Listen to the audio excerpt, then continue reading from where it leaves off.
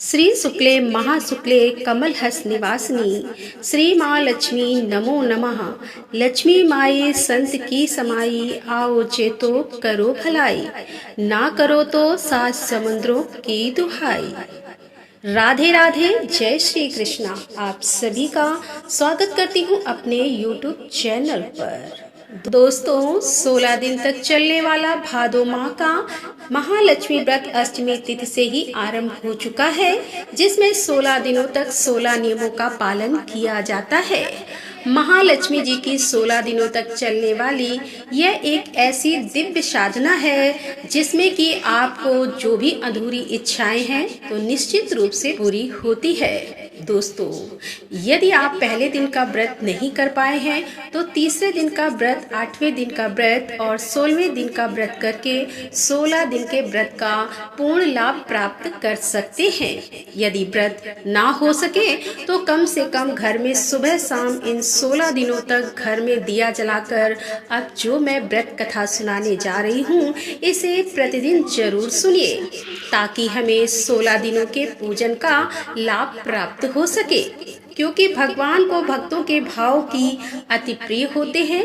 देवी देवताओं के निमित्त किया गया कोई भी कार्य, जप तप दान कथा श्रवण व्रत उद्यापन, इनमें से यदि कोई भी श्रद्धा पूर्वक किया जाए तो माता लक्ष्मी भक्तों पर अवश्य ही प्रसन्न होती हैं। इससे भक्तों को धन संपत्ति मान प्रतिष्ठा, अच्छे स्वास्थ्य और खुशहाल जीवन का आशीर्वाद मिलता है।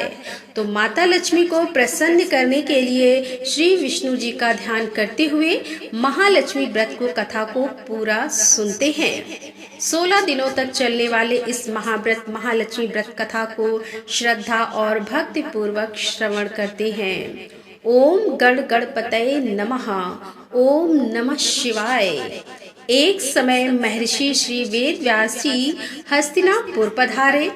उनका आगमन सुनकर महाराज धृतराष्ट्र उनको आदर सहित राजमहल में ले गए। स्वर्ण के सिंहासन पर विराजमान कर उनका पूजन किया।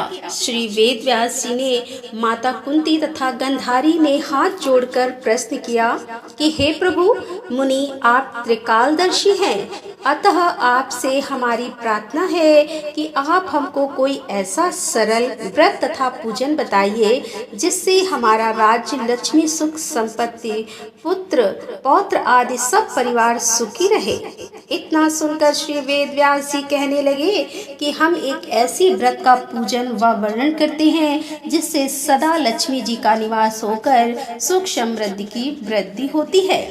यह श्री लक्ष्मी जी का व्रत है जिसे प्रतिवर्ष अश्विनी कृष्ण अष्टमी को विधिवत किया जाता है। इस दिन स्नान करके 16 सूत के धागों का डोरा बनाएं, उसमें 16 गांठें लगाएं, हल्दी से पीला करें और प्रतिदिन 16 दूब व 16 गेहूं के डोरे बनाएं। अश्विनी कृष्ण अष्टमी के दिन उपवास रखकर मिट्टी के हाथी पर श्री महालक्ष्मी जी की प्रतिमा स्थापित कर विधिवत पूजन करें। इस प्रकार श्रद्धा भक्ति सहित माता लक्ष्मी का व्रत पूजन करने से आप लोगों की राजलक्ष्मी में सदा अभिवृद्धि होगी। इस प्रकार व्रत करने का विधान बताकर श्री वेद व्यास जी अपने आश्रम को प्रस्थान कर गए। इधर समय के अनुसार भाद्रपद शुक्ल अष्टमी से गंधारी तथा कुंती अपने अपने महलों में नगर की स्त्रियों सहित व्रत का आरंभ करने लगी। इस प्रकार 15 दिन बीत गए। 16वें दिन अश्विनी कृष्ण अष्टमी के दिन गंधारी ने नगर की सभी प्रतिष्ठित महिलाओं को पूजन के लिए अपने महल में बुलवा लिया। माता कुंती के यहाँ कोई भी महिला पूजन के लिए नहीं गई। साथ ही माता कुंती को भी गांधारी ने नहीं बुलाया। ऐसा करने से माता कुंती ने अपना बड़ा अपमान समझा और उन्होंने पूजन की कोई तैयारी नहीं की। जब पांचों पांडव युधिष्ठिर, अर्जुन, भीम, नकुल और सहदेव महल में आए तो कुंती को उदास देखकर पूछा कि हे माता, आप इस प्रकार उदास क्यों हैं? आपने पूजन की तैयारी क्यों नहीं की? तब माता कुंती ने कहा कि हे पुत्र, आज महालक्ष्मी जी के व्रत का उत्सव गंधारी के महल में मनाया जा रहा है। उन्होंने नगर की समस्त महिलाओं को बुला लिया और उनके 100 पुत्रों ने मिट्टी का एक विशाल हाथी बनाया, जिस कारण सभी महिलाएं उस बड़े हाथी का पूजन करके गांधारी के यहाँ चली गईं। लेकिन वे मेरे यहाँ नहीं आईं। यह सुनकर अर्जुन ने कहा कि हे माता, आप पूजन की तैयारी करें और नगर में बुलावा भेज दें। हमारे यहाँ स्वर्ग से रावत हाथी की पूजन होगी। इधर माता कुंती ने नगर में डोरा पिटवा दिया कि पूजन का विशाल तैयारी होने लगी। उधर अर्जुन ने बाण के द्वारा स्वर्ग से रावत हाथी को बुला लिया। इधर सारे नगर में शोर मच गया कि कुंती के महल में स्वर्ग से इंद्र का रावत हाथी पृथ्वी पर आकर पूजा जाएगा। समाचार को सुनकर नगर के सभी नर नारी, बालक एवं वृद्धों की भीड़ एकत्रित हो गई। उधर गंधारी के महल में हलचल मच गई। वहां एकत्र सभी महिलाएं अपनी अपनी थालियां लेकर कुंती की महल की ओर जाने लगी। देखते ही देखते कुंती का सारा महल ठसाठस भर गया। माता कुंती ने रावत को खड़ा करने हेतु अनेक रंगों के चौक पुरवाकर रेशमी वस्त्र बिछाए थे। नगरवासी स्वागत की तैयारी में फूल, माला, अबीर, गुलाल, केसर हाथ में लिए पतिबद्ध खड़े थे। जब स्वर्ग से रावत हाथी पृथ्वी पर उतरने लगा तो उसके आभूषणों की ध्वनि बजने लगी।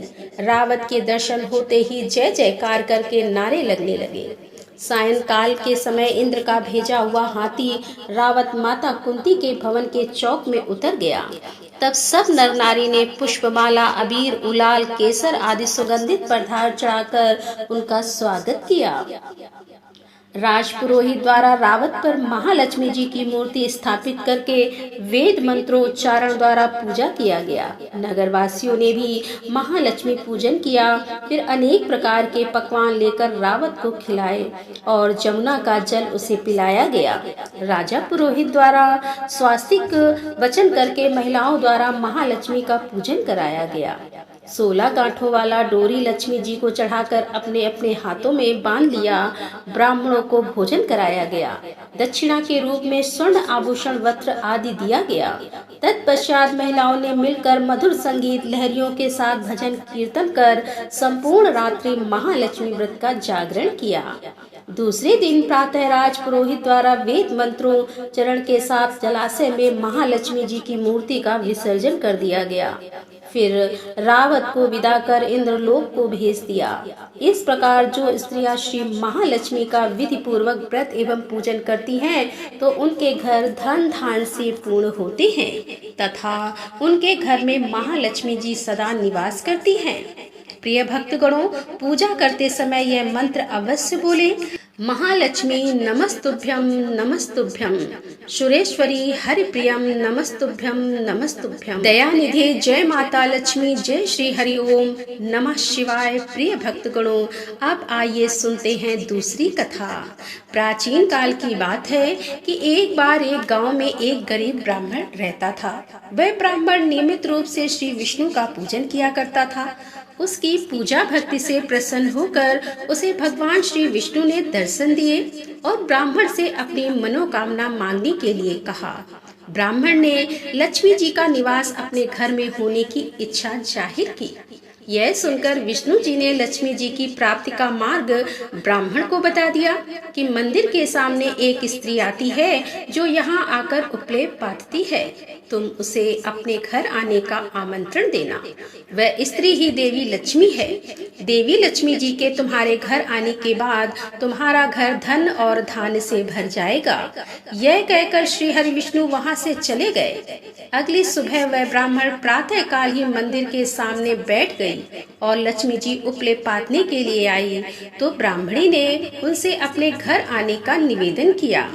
ब्राह्मण की बात सुनकर लक्ष्मी जी समझ गई कि यह सब विष्णु जी के कहने से हुआ है। लक्ष्मी जी ने ब्राह्मण से कहा कि तुम महालक्ष्मी व्रत करो। 16 दिनों तक व्रत करके और 16वें दिन रात्रि को चंद्रमा को अर्घ्य देना तुम्हारी मनोरथ पूरी होगी। ब्राह्मण ने देवी के कहे अनुसार व्रत और पूजन किया और देवी को उत्तर दिशा की ओर मुंह करके पुकारा, हे माता लक्ष्मी, आइए मेरे घर में पधारिए। लक्ष्मी जी जी ने अपना वचन पूरा किया। हे मैया लक्ष्मी, जिस प्रकार आपने उस ब्राह्मण को दिया, उसका मनोरथ पूरा किया, उसी प्रकार इस कथा को कहने वाले, सुनने वाले तथा हुकार भरने वाले की मनोरथ को पूरी करना। बोलो माता लक्ष्मी की जय, वो श्री हरि विष्णु की जय। तो दोस्तों, ये थी आज की कथा।